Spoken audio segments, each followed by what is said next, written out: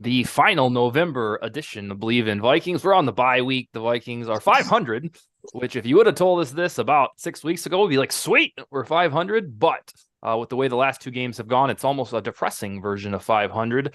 The playoffs are still about 6 weeks away, so we shall see if the Vikings partake in those. We're going to get into some stuff tonight. Bryant, I first want to ask you, sir, because you are the player on the panel. When a team has, they start the season with a 3-game losing streak, and then they start to get right. They win 5 games in a row against NFC teams. Then they lose 2 squeakers against teams they should have beat. What would the locker room feel like with the ups and downs? Is it just a constant rallying cry, or kind of take us through that? I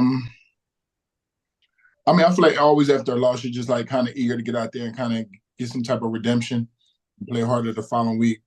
Um, yeah, I don't really know what else to say. Let's use that 2005 season for an example because of that long win streak that you guys had. Like once that stops, or you come back down to earth, and like these Vikings have lost 2 in a row. I'm sure you thought Monday was a kind of nasty. Like, do you always maintain that hope? Like, God, we were that damn good. We won 5 in a row. We were right in the driver's seat. Is it because you know that you have a talented squad that you can get right back on the horse and keep going? Because from a fan's perspective, a lot of folks are like, God, which version is the real version of this team? Is it the losing streak team or the winning streak team? Yeah, and also like a lot of things that play factors like healthy and who's not, who's not. Mm-hmm. I don't know. I feel like this season we didn't really have everybody, but they were still finding ways to win. You know what I mean? Without even having, all the top guys. So I really don't know the identity of this team because it's been like a lot of like Yeah. Well, the in and identity. out. Yeah, the identity has been injured. Yeah. That's the problem. Thankfully, out of nowhere, the defense has played really well since week Yeah. 5. Starting against the Panthers, they had a get-right game against a lousy opponent, and we took it with a grain of salt where, well, these Panthers aren't very good. But then after that, it really turned into a good defense, and now by almost every efficiency metric, they're a top 10 group, which makes it a little bit more sad where they can't get things going on offense consistently because if you think about it, Ron, a top 8 defense, which is they rank number 8 right now per EPA per play. If you had Cousins and you had Jefferson, man, the sky would have been the limit. But we were dealt this hand of the injuries. With all of this said here on Josh Dobbs, I think it's safe to say we're going to ask Sally about this momentarily, that the honeymoon's over. That is worn off. There's been way too many turnovers in the last 2 games. But I want to get your perspective, sir. We knew this guy was a backup quarterback, probably for a reason. Have you seen enough of him to go back to Nick Mullins or try Jaren Hall, or does Josh Dobbs deserve a shot to get it right with Justin Jefferson in the lineup? I think he does deserve that shot. Now, I think well, for one, yes, he did not play very well, or what Monday, and then also again the prior week. But I think what people are failing to realize is he's a backup quarterback, like he's a career backup. So it's hard to put the blame on him when that's what he is. Like we're trying to compare his playing ability, his style to Kirk Cousins, who I think people are starting to realize that you miss a lot of like you take for granted a lot of what Kirk Cousins brings to the table. Ball placement, like that throw to TJ Hawkinson on 4th down, that's in front of him. That's a first down by Hawkinson. Like there's little things like that that again you can criticize it in the sense of how he played, but you can't put the blame on him because he's a backup. It's a tough spot for him. So with that said, I think I'm kind of torn because I think we still have the way our defense is playing and the way that Dobbs has shown he's capable of making enough plays to win a game. It just so happened that, things just completely unraveled on Monday. But I think he's earned that shot. But then part of me is also like, we know he's not the future. Like, people who wanted us to sign him to a multi-year deal and he's the answer. No, like what he has the mobility, like he completely lacks with the processing of plays. Like he even go back to the Denver game, that touchdown he threw to Josh Oliver, he missed the first read, or what I assume was the first read to Madison in the flat. He held on to it way too long. scrambled out and then made a great play because of his athleticism. But you're missing these tight windows. And also, I hate to say it, but he can't throw outside of the numbers. Like there's no consistency on anything outside. Inside, he's got a good strong arm and it's there, but there's a lot of frustration with that. So the part of me wants to see Jaron Hall just to see what he has. But then there's also a part where I don't think he's a long-term answer either way. Like, because again, he's 25. Like, I think he has a future in the NFL as a backup, like what Nick Mullins is. But I mean, I'm kind of torn either way. I think realistically, I think Nick Mullins would be the best chance to win with this team. And I said that even after the preseason, like he's a very competent backup. He plays the system well. But I think there's just a lot to be desired with what we have in the quarterback room, because you want a mobile guy who can make off script plays, but the on script stuff isn't always there. But it's also Isn't give it, him a fair shot. Ron, you won't go on and on. Isn't it funny how hey, isn't it funny I'm how a rambler, you know that. I was waiting to jump in, but I was like, all right. Isn't it funny how like last year, like the offense was like the high power and the defense struggle. Now this year it's kind of like the opposite. Yeah. It's like that quick. It's like, why can't we just get them to be on the same page? Oh yeah. And I think we were headed that way before Cousins got hurt.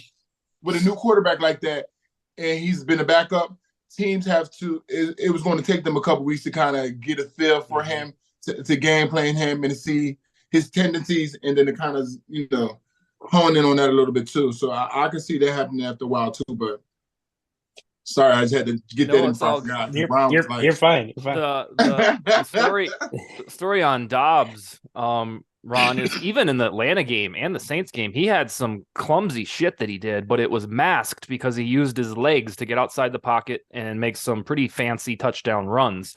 Curiously, he hasn't done that. I don't know if he's been told to not do that or if they're just not scripting enough off-script plays, if that makes any sense.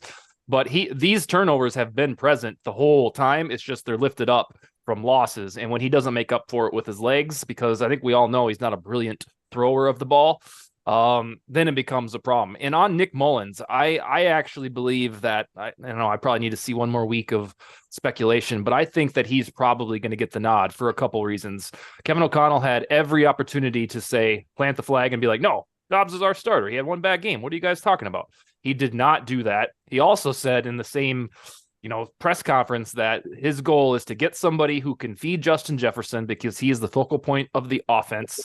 Josh Dobbs hasn't done a very good job of feeding Jordan Addison. Addison hasn't scored since Cousins was the quarterback. And then in September, Kevin O'Connell said that he's not going to play players who fumble the ball because you are just setting yourself up for failure. He basically said he's going to bench anybody, in a very, very friendly Kevin O'Connell way. Anybody that can't fix the fumble problem, not going to make it. So I believe that it might be the Mullins show based on all of those little hints. And plus, Mullins is basically Diet Cousins. Ron, you talked about him knowing the playbook. He's been here now for a season and about 1.7 seasons and probably has a firm grasp. But Sally has joined, and we are on this topic of the quarterback. And I want to know from you, does Josh Dobbs deserve the benefit of the doubt and a shot to run this offense with Justin Jefferson inside it? I think that he absolutely does deserve a chance to run the offense with Justin Jefferson. I'm going to be honest with you. I did not rewatch the game from Monday because, well, I don't know. I guess I just had better things to do, like socks to sort and stuff. It was disappointing to see his performance, and I understand why people want to move on from him, but they are still in the playoff hunt. They are still in a good position, and so I would like to at least give him another week. They have a bye and have him get some reps with JJ and see what happens. I don't think it can be much worse. Yeah. Like, I don't think there's going to be that big of a drop off from a Nick Mullins to a Jaron Hall to what Josh Dobbs can do. This is, and I feared this way back a month ago. I feared this, that when Cousins went down, somehow, some way, we were going to end up in a quarterback carousel or at least argument conversation, kind of like we used to have with Tarvaris Jackson, Brooks Bollinger, Kelly Holcomb, from that era. Because when you don't have a surefire QB1, As much as either love or dislike Cousins, you're setting yourself up for the carousel. And I mean, it's no fault of their own. This injury happened, and they won 5 games altogether without Justin Jefferson, so they have made something of the season. But yeah, I think certainly for the next 11 days, we're going to have the conversation about what they should do, and then probably the fruition in a week or so of what they will do between the 3 options. Ron, aside from turnovers, I think everybody in Viking land, especially on this show, knows that that's the chief bane. When they fix that, when they don't have an upside down turnover differential, they win games. And when they do have that, they lose. It's pretty cut and dry. But what else can the Vikings fix on the bye week besides, just stopping the picks and the fumbles? I mean, I think the common thread is the lack of aggression, both on offense and defense. Like, that's 2 weeks in a row that we had a chance to, try to put points on the board, to end the game or to ice the game, or at least give us a better shot, and they didn't do it. And then the other side of it is, Brian Flores and the defense, as great as they played for 58 minutes, you have Justin Fields, who couldn't throw beyond the line of scrimmage at all. And you give him, you rush the first play, we rushed 3 men. I was like, they're going to score, or they're going to get in field goal range pretty quickly. And for a defense that's aggressive, to see that against you're not playing Peyton Manning, like, you're going up against Justin Fields. So that, to me, is the biggest thing. Is they preach that they are an aggressive unit, but when it matters, they fall off of that. So I'd like to see them, again, go. They're playing the way Zimmer would play in the past, and he got chastised for it. So I just want to see O'Connell, take the reins a little more and have more trust in his philosophy and not be too passive at the end of games. Mine is short and sweet, and whether it's Dobbs, Mullins, or Jaron Hall, although I do not think it will be Hall to start the game, I want them to throw the ball to wide receivers. I think Josh Dobbs has fallen in love with TJ Hawkinson, which has kept the team afloat. But I think I know you have 2 first-round receivers. One happens to be the best in the league, who will be back against the Raiders, and the other one is creeping on a come-up in Jordan Addison. And it seems, even with Brandon Powell or KJ Osborne, we kind of turned into like the Bridgewater Vikings, the team that doesn't really target wide receivers. Like, Bridgewater had problems with in Denver. He didn't really throw it to wide receivers, and Broncos fans could never really understand it. I hope if it's Dobbs or Mullins or eventually Hall that they get Addison and Jefferson involved, because Hawkinson's great, but you've got other stuff to throw to. Sally, aside from turnovers and play calling aggression or Brian Flores, anything else you'd like to see him fix coming out of the bye week? No, I think you guys hit everything on the head. It was so exciting to see the first play of the game on Monday night, how they did take this big deep threat risk, and it almost paid off, and then they didn't really go back to it. And I don't know, you guys, I'm so upset. I love Josh Dobbs so much. I don't have anything else.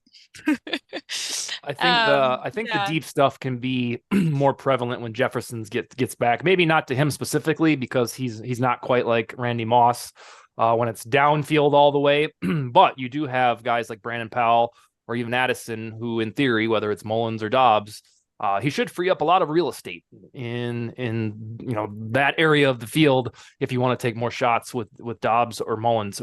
Bryant, we've had the show for over 3 years now. Can you give us the bye week speech? What does a player do on a bye week? Do you go back home? Do you chill out? What do you? Some people just chill out there. Some people, depending on where they live, they'll go home for a couple of days. I'm not sure when they got let go, because like, I seen the Ravens have a bye week this week too, and he gave them off the whole week. I don't know when they probably was able to leave yesterday or today. And so it's like to go home and be around family and kind of get away for a second. That's your break, and then come back. You probably have to be back on Monday and ready to get back to business. So that's your time to kind of like just get a step away from a minute and kind of refresh your body, your mind, and everything, and just kind of like just get away from the game. I probably know the answer to this question, but does the time just fly by? Is it? It does. Because because you're used to being like at work all day, so you're like sitting here like, it's already 2:00, and then you always picture like what you'd have been doing that day around the time, like, Jesus, already this time we'd have been this and other. But yeah, it goes by really fast. It goes by super fast. Yeah, that's Now, what I Brian, do you have feared. any? I was just going to say, do you have any experience? You mentioned the Ravens, and so the Ravens obviously leading their division, have an inside track at the one seed in the AFC, and the Vikings are, fighting to keep their playoff hopes alive. When there's a bye this late in the season, and you're kind of in that fighting for playoff spot, does that change your mentality on how you're able to relax for the week? Like, because I'm sure the Ravens are going to Yeah, be in a different place I than would us think they this would week. take time and really relax, especially the Vikings take time to really relax and kind of recover and heal from whatever you have, whatever's been nagging you, whatever. Take that time out where you have no collision this week, heal, recover, and so you can come back and be, ready for the Raiders. And what's crazy is I thought I didn't look at the date. I'm thinking like, okay, we got the Raiders this week, but that's the following week. Yep, it's December 10th in Las Vegas. Yeah. And yeah, they have And what's 11. funny is I go to Las Vegas on Monday. Oh, yeah. Oh. Yeah. What for? We have the College Football Hall of Fame induction on Tuesday. So yeah. we'll be out there for that. Oh, okay. Sweet. Perfect. It's Yeah. about time you get that done. I know. It was like, because they announced it in January. I Yeah, know. remember his story that he just got a notification in the mail? Yeah, we'll have to tell that one again, actually. Yeah, that'll be Oh, perfect. how somebody from the school called me and was like, Mhm. I thought it was confusion. I thought they were saying University of Miami's Hall of Fame because they called me. So I'm like, I'm already in there. And she's like, no, overall college. I'm like, oh, are you sure? Nobody told me. And I didn't realize it was like, I was doing something else. Didn't realize it was like the national championship game that day. And they're like, yeah, you're supposed to got something in the mail. I hadn't checked my mail, so I was like, I didn't see. And so afterwards, I did check, and there was something in the mail. And then they were like, well, watch the game. They'll announce it, I guess, in the pre-show or something. And they did. I turned it on. They did. I'm like, oh, wow. Yeah, So, thanks yeah. for letting me know. I'd note with that, Bryant, I didn't realize, like, because I saw you do some or on Instagram or whatever, talking about your starting lineup of your teammates, and which is just unreal going through like that list of 22 players or whatever. Because But it's and like you then have to say, because they mentioned say college and then all the people I played with in the right, pros. It was kind of hard. yeah, and And I was put it's on the just spot, unreal. though. But you see, when I got to the receivers, I kind of got like a little tripped up because I said Percy Harvin, but then I had to take him off because I forgot about Andre Johnson. And that, yeah, it's the list was just ridiculous. But no, like because on something that I saw, I didn't realize you were eighth in Heisman voting year or that year too. Yeah. Like just I've never seen an offensive lineman get Heisman votes, yet you were like eighth I want to say in Orlando voting. Pace did as well. But for Okay. me, I knew nothing about like the Heisman. All I knew was like quarterbacks, running backs. So when they told me, of course, it was after the award show, and like the PR guy for our team was like, you finished eighth at the Heisman. I was like, oh, what does that mean? Like, I realized it now, but at the time when he told me I was in college, I'm like, okay, I didn't win. Like, what does that mean? The craziest part about it is like not just that an offensive lineman is getting, but an offensive lineman on one of the greatest college football teams of all time that was loaded with 36 NFL players. Like right, so and that's they voted for impressive. me. Yeah. People voted for me. That's crazy. Yeah. Ron, so we are at the bye week now. This is week 13. After that, we got 5 games left. The Vikings probably need to finish 3-2 to get into the postseason dance. Anything less than that will have them and us scoreboard watching in early January. But now that we are at the bye week, what is the most positive or optimistic surprise this far from this team? I think overall just the defense, because I think we can all sit up here and say that coming into the season and as the season has gone on, that they lacked talent, like that elite level talent, but we knew schematically that they would be better. But to see the likes of Josh Metellus, like game in, game out, he's making plays. Like he, for a guy who was it last year that he had, that he gave up a long touchdown to end a game, or something like that, where he, whatever, but see where he's come from, and then Cam Bynum and all these other guys, and even DJ Wanham, like making impact plays, or looking the part of a very good rotational piece. So I think the elevation of a lot of those players that we didn't know much about. Even before Jordan Hicks went down, Jordan Hicks was playing at an extremely high level, and that's a guy that has had a good career. But I think this year has been his best in his career. So that's me. If there's one thing, I'm hoping it doesn't lead Flores to go get a job elsewhere. Selfishly, as a Vikings fan, I'm hoping that we can see one more year with a little bit better talent because the money that we'll have to spend on players would be nice to see him with some more talent. But that's what I would say. Sally, do you have one aside from Flores? One of the most optimistic surprises so far? Not really. I think that we pretty much can all agree that it is the defense is the most exciting, and I think we all predicted a higher record for this team to start the season. Even before Kirk Cousins went out, we didn't expect them to have the struggles that they did have, and honestly, it's been so great to see them figure out some of those issues despite having Kirk out. They haven't given up. They've still, came out there and put the product, believed in themselves and gotten wins that we didn't really expect them to get. So even though it is not the season we expected, I still think that they're doing great. I don't know. I in one of my right before the season started prediction publications, I wrote that the defense would finish between 12th and 16th per, whether it's EPA per play or DVOA or points allowed. And it seems they're going to exceed that. And it didn't really feel like they were going to in the first 3 games. Danielle Hunter leads the league in sacks, right? Yeah, he and TJ Watt are tied right now at 13.5. Danielle leads in tackles for loss. Yeah, he's not had a single bad game, and he's been a savior with Marcus Davenport out.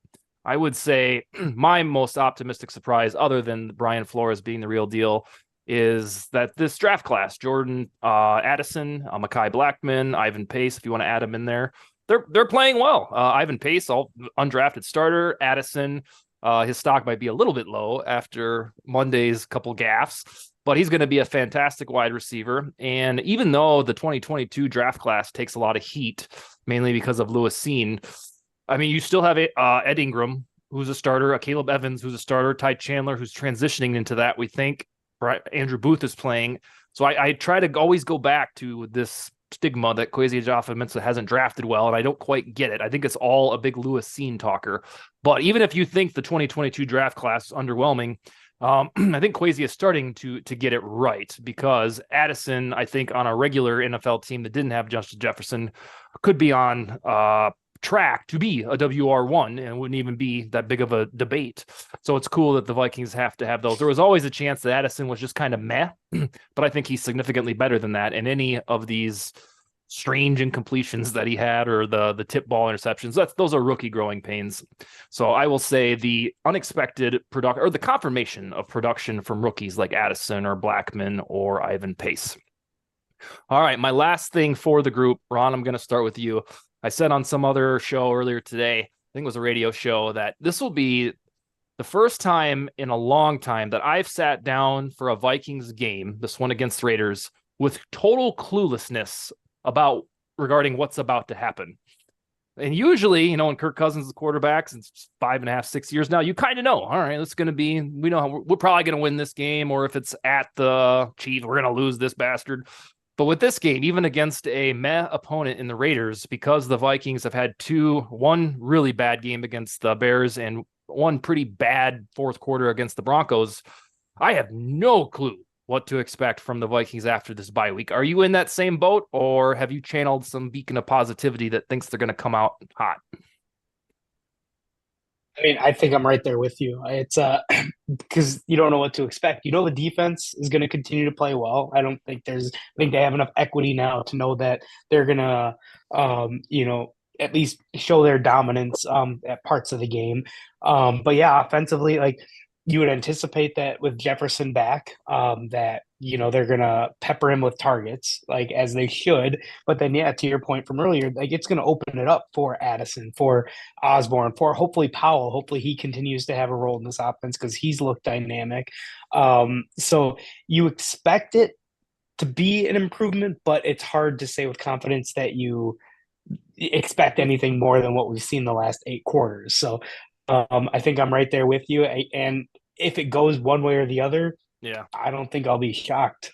Yeah, that's the weird part is trying to, if they come out and somehow win like 31-10 or something, I'd be like, all right, after the bye week, they got hot. Kevin O'Connell, he did the thing.